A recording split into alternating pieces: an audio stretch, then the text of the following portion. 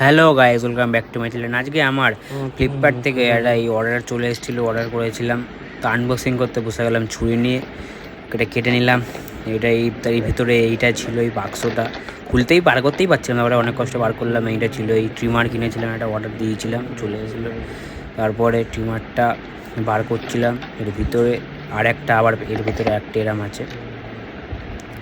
তারপরে এইসব, এই একটা চার্জারে ছিল একটা, তারপরে এটা এই ড্রপ ছিল, ড্রপ এটা দেওয়ার জন্য। তারপরে পরিষ্কার করার জন্য দুটো দিয়েছিল, ট্রিমারটাকে পরিষ্কার করার জন্য। তারপরে ক্লিপ ছিল চারটে ক্লিপ ছিল।